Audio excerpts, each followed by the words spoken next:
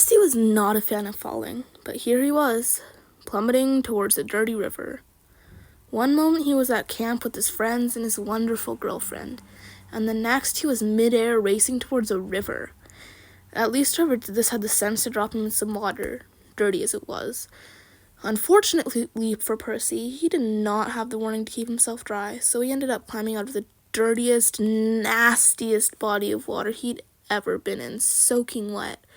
He got the feeling he was being watched, so he pulled out Riptide, still in its pen form. Someone emerged from the shadows hesitantly. Percy stood defensively, ready for a fight if needed. "Who are you?" Percy looked over and saw a man dressed in a blue and black suit wearing a domino mask.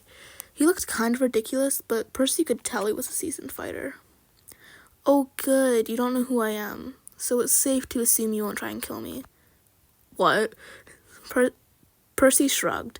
"I'm Percy Jackson. Could you tell me where I am?" Knighton was confused by Percy's nonchalance. Gotham, New Jersey." Percy groaned. "New Jersey? Are you kidding me? Gross. Also, who are you?" "I'm Nightwing." Before Percy could respond, he heard a roar.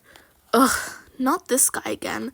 The Minotaur came crashing in, and Percy leapt into action. The fight didn't last long after Percy spotted the beaded necklace the Minotaur still held. This time he made sure to take them back. Nightwing stood there in a stunned silence. Percy brushed himself off. "Sorry, how many times do you have to kill a guy to make it stick, huh? Anyways, you gonna introduce me to your friends hiding around or what?"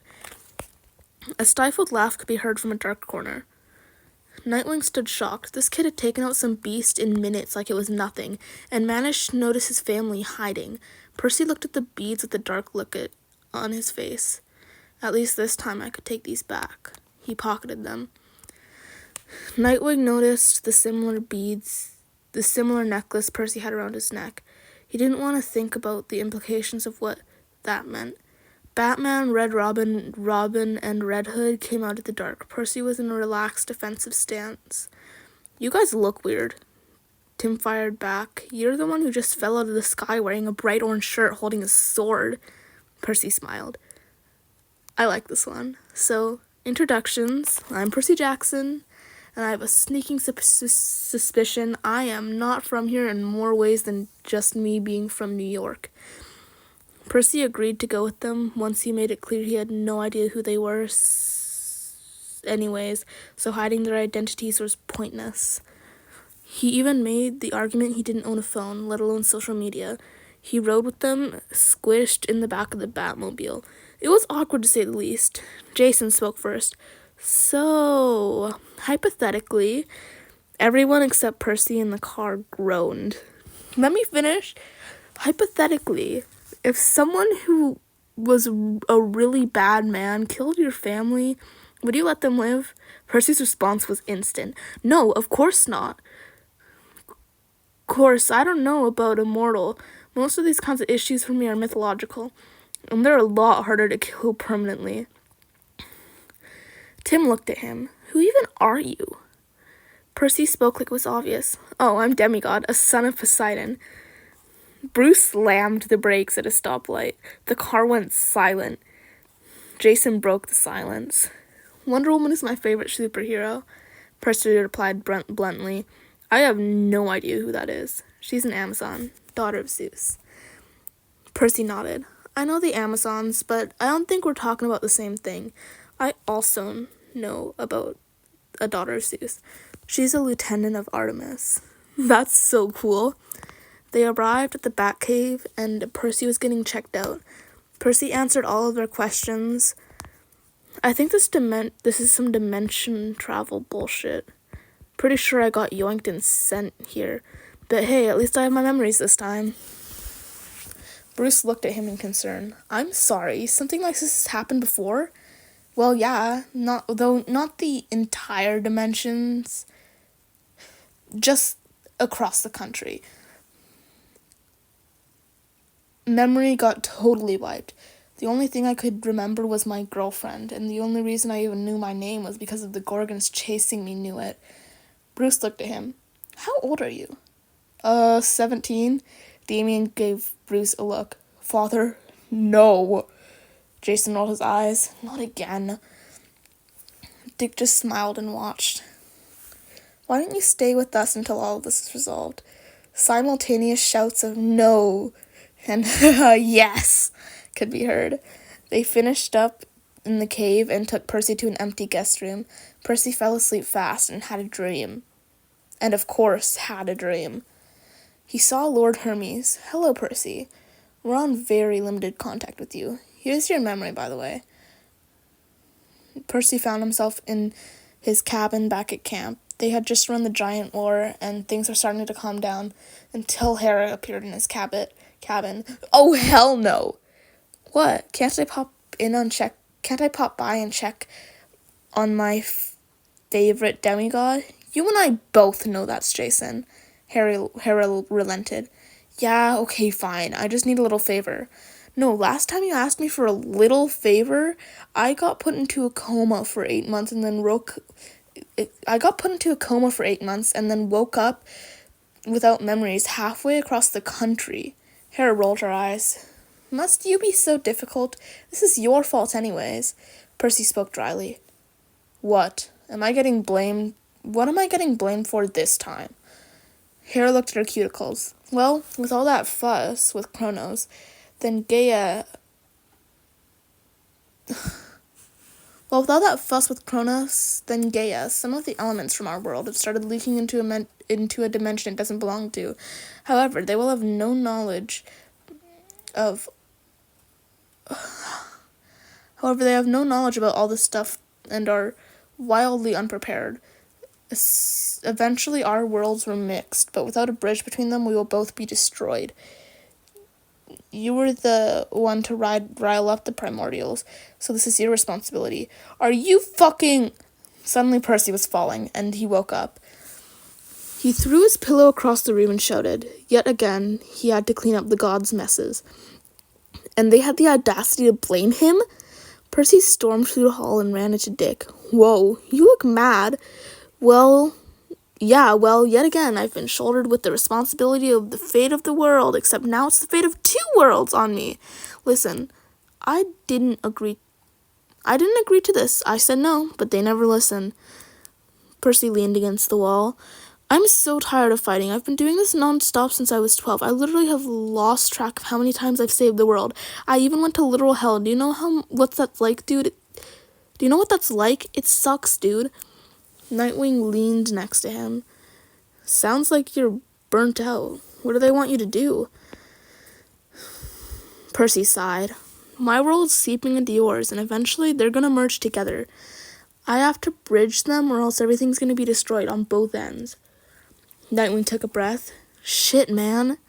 Well, you're here now, aren't you? Until it actually happens, you could probably just immerse yourself here or take a bit of a break from that? Percy nodded. Yeah, maybe. Nightwing paused for another moment. Then his eyes widened. Wait, did you just say you've been to hell? Percy pushed himself off the wall and walked away quickly. Sorry, what was that? Didn't hear you. Bye! Nightwing watched him make his escape. He had a feeling that there was so much more to him than he let on. He was more powerful and dangerous than he let on. He also had a sneaking suspicion that Percy had some serious issues. If he had really been fighting for his life and bearing the weight of the world on his shoulders since he was 12, not to mention the snippets Percy had told them, getting taken across the country with his memories erased, losing 8 months, going to hell apparently, not to mention those necklaces he took that were not unlike his own. There was a story behind those, one he suspected carried a weight for Percy. He met everyone at breakfast. Jason looked at Percy's hair. Oh, cool, gray streak. I have a white one myself. Percy touched his hair. Oh yeah, it was a side effect from one of my quests. My girlfriend has a matching one too. No way, my streak is a side effect too. Bruce sighed in exasperation, and the 2 boys put their dishes away. Dude, we have got to exchange stories.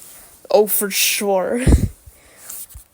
Percy and Jason were soon found in the library having a lively conversation. So this guy murdered you, and he just let him go? What the hell? This one kid stabbed my girlfriend in the back, and I went batshit on everyone. If someone killed one of my family, no way. It would be absolutely over for those motherfuckers.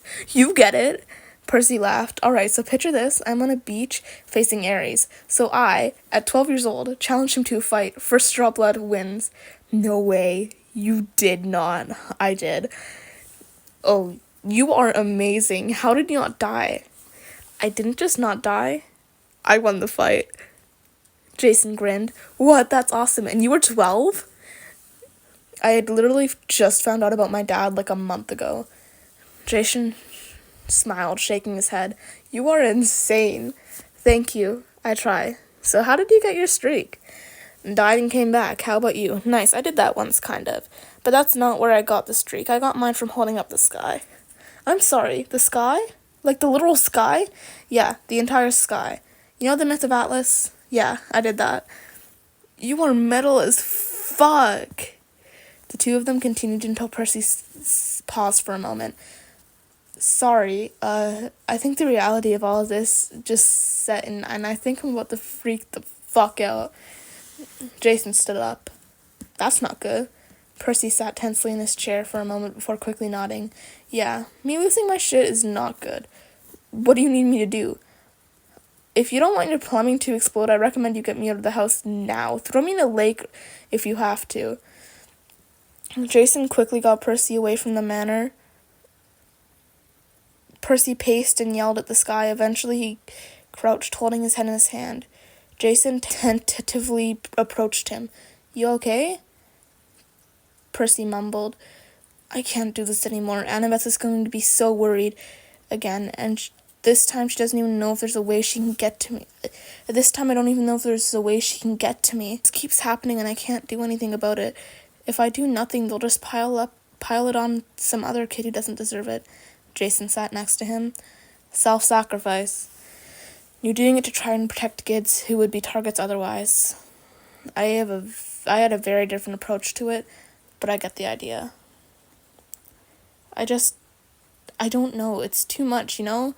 I mean, it kind of pissed me off this morning after my dream, but I thought I could just walk it off or distract myself, and now it just set in. I'm stuck here, and if anything happens back home, I can't do anything.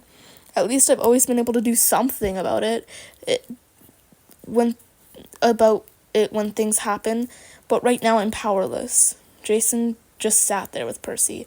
After a while, Percy sighed and stood up. Well, what are you gonna do? Jason did a double take. Dude, you just had a breakdown for like an hour, and now you're completely fine? Percy brushed him off and shrugged. Shit happens. You're usually doing quests. You learn to compartmentalize. Alright then. They walked back to the manor, and Percy hauled himself in his room. Dick found Jason and pulled him away. Good, I found you. Have you noticed anything about Percy? Do you mean the fact that he's crazy powerful, or the fact that he has some serious issues? Yes. Did he tell you anything? He told me everything, though. I get the feeling that I got what he thinks is a sanitized version, which doesn't bode well considering it's still wildly brutal and insane for a kid to go through. He said something about going to hell, but when I asked, he refused to elaborate. Jason nodded. Yeah, he told me a bit about that. Why did Dick looked offended. Why did he tell you all this stuff and not me? Jason smirked. We exchanged stories. Started with the streaks and just kept going after that. Percy didn't come down for dinner. Alfred left a plate outside his door, and everyone was in silent agreement to leave him alone for the time being. Much to his displeasure, Percy had another dream. Hermes appeared. Hey Percy, how you doing out there? Send me back. I think we both know I can't do that. Percy gave an exasperated sigh. What do you want? First of all, I'm sorry this all happened. Second, I come bearing instructions. Luckily for you, this time it's relatively easy. Hermes muttered under his breath. For now. What was that? Nothing. Don't worry about it. Anyways, all you have to do is acclimatate. Familiarize yourself with Gotham and how this universe works. Just immerse yourself. I'm sure that you won't have any problems with that. You became a praetor within a week. All you're saying is I just have to be here? Actively be there, yes. Get involved in things, meet people, don't just sit there and do nothing. That's it? For now, yes. How long do I have to be here? Indefinitely. Percy pinched his nose. You know what? I'll take it. Don't worry. I'll pop in your dreams every once in a while, check in, let you know what's going on, and so on. Percy perked up. Can you send Annabeth a message? Hermes gave him a look. Percy, that's my entire job. Besides, I'm pretty sure if you didn't, she would go neurotic trying to find you again. Hey, that's my girlfriend you're talking about. Hermes put up his hands in surrender. All right, what have you got for me? Tell her I'm okay. It happened again, but I got to keep my memories. No one will be able to reach me for a while, but I'm safe. Hermes finished jotting it down in a notepad. All right, I'll let her know. Annabeth was worked up. Percy had gone back to his cabin to grab something and he never came back. When she went to check on him, he was nowhere to be found. She looked all around the camp before assuming the worst, but he had disappeared out of thin air. By the time she met back with everybody, she was panicking. Piper frowned. Hey, you took a while. Where's Percy? I don't know. This caught everyone's attention. Leo looked around. Guys, where's Jason? Chaos ensued. Jason walked onto the beach to everyone freaking out. He just stood there holding extra towels. Hazel spotted Jason and took a breath of release. Jason, thank gods. I just got the extra towels. What's going on? Frank spoke. Percy's gone. Can't find him anywhere. Oh shit. Again? Annabeth was pacing. Yes, again. Just out of thin air.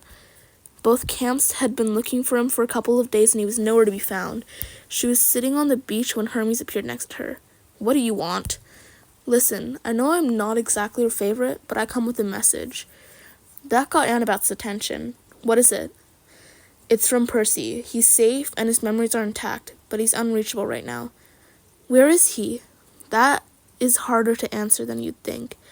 But the important thing is that he's fine and he will be back, probably, eventually. Annabeth took a breath. Percy was okay. She couldn't get to him for some reason, but he was safe. Thank you. I'm just doing my job. The next day, Percy talked to Dick for some advice. Dick told Percy he was super burnt out and needed to take a break, which was fair enough. That was probably true, so he chilled and took a break for a while. Mostly he found himself training in the Batcave regularly. He even sparred with others. It started with Jason. Jason wanted to spar, but no one was home except Percy. They decided on hand-to-hand. No powers, no weapons. It was a good round, but Percy took him down without too much trouble. When Damien heard, he had insisted on Percy fighting him, but Percy was hesitant to fight a kid. Eventually, he gave in and won the fight relatively easily. After a few works of this, Percy was going stir-crazy. Then he got an idea. He drew up a design and presented it to Alfred. He smiled in agreement. Hermes did tell himself to immerse himself, and he was living with vigilantes. He had to spend most of his life fighting immortal beings and monsters. How hard could it be?